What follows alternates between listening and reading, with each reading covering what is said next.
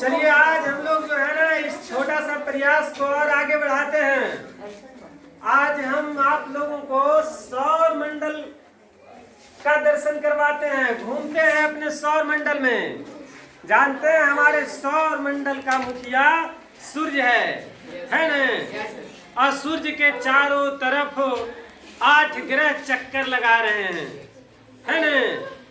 यदि पूछा जाए सूर्य क्या है तो सूर्य एक तारा है।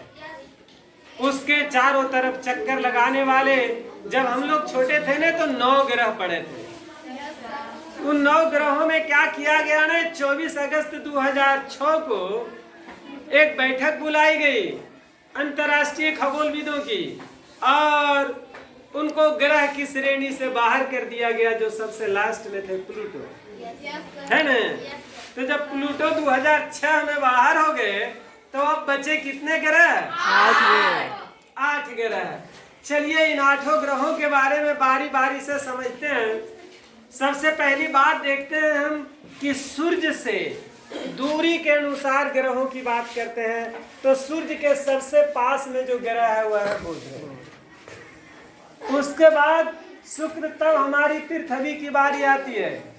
सूर्य से दूरी के क्रम में हमारी पृथ्वी तीसरे नंबर पर, चौथे नंबर पर मंगल है और 5वें नंबर पर बृहस्पति है। 6वें नंबर पर शनि है, 7वें पर यूरेनस है, इसको अरुण कहते हैं, और 8वें पर नेपच्यून है, इसको वरुण के नाम से जाना जाता है। ठीक है, ये हुआ सूर्य से दूरी के अनुसार। लेकिन साइज के अनुसार, उसके आकार के अनुसार बात करते हैं तो जरा ध्यान रखिए कि आकाश के अनुसार कहाँ से चलेंगे हम। 1 नंबर आता है बृहस्पति का, 2 नंबर शनि का, 3 नंबर यूरेनस का, 4 नंबर वरुण यानी नेपच्यून का, 5 नंबर हमारी पृथ्वी की बारी आती है, 6 नंबर शुक्र का, 7 नंबर मंगल का, और सबसे लास्ट में सबसे छोटा ग्रह जो 8वें नंबर पर है वो है शुक्र। ये हुआ साइज के आधार पर, है ना। साइज के आधार पर सबसे बड़ा ग्रह जो है बृहस्पति ग्रह है। इसके बारे में कुछ और हम बात करेंगे। तो सबसे पहले हम बुध की ही बात करते हैं। सूर्य के बारे में तो पता है कि सूर्य, अक्सर एक परीक्षा में प्रश्न आता है कि सूर्य को ऊर्जा कैसे मिलती है। तो इसमें क्या होता है ना कि नाभिकीय संलयन होता है। रसायन विज्ञान में पढ़ने का है कि ये नाभिकीय संलयन में क्या होता है कि 2 हल्के नाभिक मिलकर के एक भारी नाभिक का निर्माण करते हैं, यानी 2 नाभिक मिल जाते हैं आपस में, तो वो नाभिकीय संलयन कहलाता है। तो सूर्य से जो ऊर्जा मिलती है वो नाभिकीय संलयन से मिलती है। सबसे नजदीक में ग्रह बुध है ना, और सबसे छोटा ग्रह भी बुध है। सबसे कम समय में सूर्य के चारों तरफ यही घूम लेता है। कौन? बुध। उसके बाद बारी आती है शुक्र की, है ना। शुक्र के वायुमंडल में कार्बन डाइऑक्साइड पाया जाता है, जिसके कारण सबसे ज्यादा गर्म और सबसे ज्यादा चमकीला यही होता है। अक्सर एक प्रश्न आता है ना, क्या आता है कि सबसे गर्म ग्रह कौन है। तो अक्सर लोग गलती क्या कर देते हैं कि नजदीक में बुध है तो बुध बोल देते हैं, जबकि शुक्र होगा, है ना। हाँ, कार्बन डाइऑक्साइड के कारण, carbon dioxide green house gas कहलाता है, ग्रीन हाउस का प्रभाव देता है ना। सबसे नजदीक में बुध होते हुए भी सबसे ज्यादा गर्म और सबसे ज्यादा चमकीला ग्रह शुक्र है। उसके बाद हमारी पृथ्वी की आती है। हमारी पृथ्वी से सब परिचित है ना। अपने धुरी पर जो है 24 घंटे में लगभग एक चक्कर लगाती है ना। और सूर्य के चारों ओर परिक्रमा 365 दिन 6 घंटे में लगभग करती है। इसीलिए हर एक चौथे दिन 6 चौके 24 यानी 6 घंटा जोड़ करके चौथे वर्ष में एक दिन बढ़ा दिया जाता है, फरवरी में, जो लीप ईयर कहलाता है। क्या कहलाता है? लीप ईयर कहलाता है ना, चौथे वर्ष। तो वो एक दिन जो बढ़ता है यही 24 घंटा 24 घंटा तो एक अपनी दूरी पर नहीं लगाने में लगाता है एक चक्कर में, जो सूर्य के चारों ओर परिक्रमा करने में 365 दिन 6 घंटे लगते हैं प्रति वर्ष, वही 6 घंटा जुड़ करके हर एक चौथे वर्ष में लीप ईयर बनता है। फरवरी में एक दिन 29 का हो जाता है, यानी एक दिन बढ़ जाता है। ये हमारी पृथ्वी पर जल की उपस्थिति के कारण कहा जाता है अंतरिक्ष से देखने के बाद ये नीली दिखाई देती है, इसलिए इसको नीला ग्रह कहते हैं। पृथ्वी को क्या कहते हैं? नीला ग्रह कहते हैं, है ना। ये तो जान रहे हैं आप कि इसका 71% भाग भूमि और पहाड़ी क्षेत्र है और लगभग 29% भाग भूमि वाला क्षेत्र है और 71% जो है जल वाला क्षेत्र है ना, यानी अधिकांश क्षेत्र इसका जल का ही है। ठीक है, अब और आगे हम अपनी पृथ्वी से यदि बढ़े ऐसे पृथ्वी की और बात करते हैं तो इसका एक उपग्रह है जो ग्रह के चारों ओर चक्कर लगाता है। हमारी पृथ्वी का उपग्रह चंद्रमा है ना। आप लोगों को हम सूर्य ग्रहण और चंद्र ग्रहण वाला वीडियो जब बताए थे उस टाइम आपको इसके बारे में बताए होंगे कि सूर्य ग्रहण कैसे लगता है, चंद्र ग्रहण कैसे लगता है और ये हमारी पृथ्वी के चारों ओर चक्कर किस तरह से लगाता है और वो सूर्य के प्रकाश को कैसे रोकता और परावर्तित करता है, जिसके कारण जो है सूर्य ग्रहण और चंद्र ग्रहण लगता है, जो आपको मिल जाएगा पीछे के वीडियो में, है ना।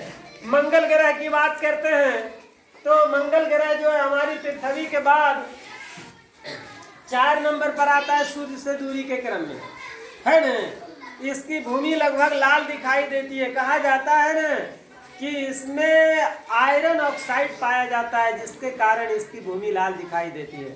पता है लगभग हमारी पृथ्वी जितनी झुकी हुई है ना अक्ष से, उतना ही इसका भी है, थोड़ा सा का अंतर है ना। तो यहाँ भी ऋतु परिवर्तन होता है, जैसे हमारी पृथ्वी के झुके रहने के कारण ऋतु परिवर्तन होता है ना, कभी जाड़ा कभी गर्मी, तो यहाँ भी होता है। कहाँ? मंगल ग्रह पर। और उसकी एक और विशेषता है ना कि यहाँ भी 24 घंटे का ही दिन रात होता है मंगल ग्रह। ऐसा माना जाता है ना कि इस पर जो है जीवन संभव हो सकता है यदि सुविधाएं उपलब्ध हो तो। वैज्ञानिक मंगल ग्रह पर जाने का, यान भेजने का प्रयास कर रहे हैं। जानते हैं वहां भी हमारे माउंट एवरेस्ट की तरह पहाड़ है जो माउंट एवरेस्ट से 3 गुना ऊंचा, उसको निक्स ओलंपिया कहते हैं। क्या बोलते हैं? निक्स ओलंपिया कहते हैं, जो हमारे माउंट एवरेस्ट से 3 गुना ऊंचा पर्वत है ना। उसके बाद बृहस्पति की बारी आती है जो आकार में सबसे बड़ा ग्रह है। सबसे बड़ा ग्रह कौन है? बृहस्पति है ना। इसके लगभग अभी तक 67 यानी 67 उपग्रहों की खोज हो चुकी है। गैनीमेड उसमें सबसे बड़ा उपग्रह है ना। लगभग 67 उपग्रहों की इसकी खोज हो चुकी है। जानते हैं इसका एक और रोचक बात है कि 10 से घंटा में अपनी दूरी पर एक चक्कर लगा लेता है, यानी सबसे जल्दी। और अगर सूर्य के चारों ओर परिक्रमा की बात करें तो लगभग ये परिक्रमा करता है 12 वर्ष में। कहीं 11.9 वर्ष लिखा रहता है, कहीं लगभग 12 वर्ष लिखा रहता है कि 12 वर्ष में एक चक्कर पूरा करता है ना। अब इसके बाद शनि की बारी आती है ना। शनि का घनत्व सबसे कम माना जाता है। ऐसा हम देखे थे ना कि कहा जाता है कि इसका घनत्व इतना कम है कि यदि जल में उठाकर फेंक दिया जाए तो शायद तैरता रह जाएगा, है ना। लेकिन आकार में दूसरे नंबर पर है, इसका आकार बहुत बड़ा है। शनि प्रसिद्ध है कि इसके चारों तरफ गैसों का एक क्या कहते हैं वलय पाया जाता है ना। चारों तरफ एक वलय पाया जाता है जिसके लिए प्रसिद्ध है। उसके बाद यूरेनस की बारी आती है ना। जानते हैं अरुण जो यूरेनस है ना, इसके चारों तरफ 9 वलय पाए जाते हैं। जैसे वलय शनि में होता है ना, तो शनि में एक वलय पाया जाता है। क्रम से उसका नाम है अल्फा, बीटा, गामा, इस तरह से उसका नाम रखा गया है। इसके जो वलय है ना। यूरेनस और शुक्र एंटी ये क्लॉकवाइज घूमते है ना, जिसके कारण यहाँ दिन और रात जो होता है ना, उसमें सूरज उगने का जो समय होता है वो उल्टा होता है। समय उल्टा नहीं होता, दिशा उल्टा होता है। हमारे यहाँ पूरब की ओर सूर्य उगता है, तो ये दोनों ग्रह पर शुक्र और यूरेनस, शुक्र और यूरेनस में सूर्योदय पश्चिम की ओर है ना। इसको लेटा हुआ ग्रह भी कहते हैं, कहता है अपनी कक्षा पर बहुत ज्यादा झुका हुआ है यूरेनस, है ना। और शुक्र के बारे में तो एक चीज बताए भी थे कि इसको मॉर्निंग स्टार और इवनिंग स्टार कहते हैं, सांझ का तारा और भोर का तारा। इसको और एक चीज कहते हैं, पृथ्वी की बहन के नाम से जानते हैं, है ना। उसके बाद आइए जो आकार में चौथे नंबर पर है, और सूर्य से दूरी के अनुसार सबसे लास्ट में नेपच्यून की बारी आती है ना। इसके बारे में बहुत ज्यादा जानकारी नहीं है। कहा जाता है कि उस पर मीथेन का बादल पाया जाता है, जिसके कारण वो हरा रंग का दिखता है ना। इसको हरे रंग का ग्रह कहते हैं, किसको? नेपच्यून को, है ना। ये हमारा सौर मंडल का संक्षिप्त परिचय था।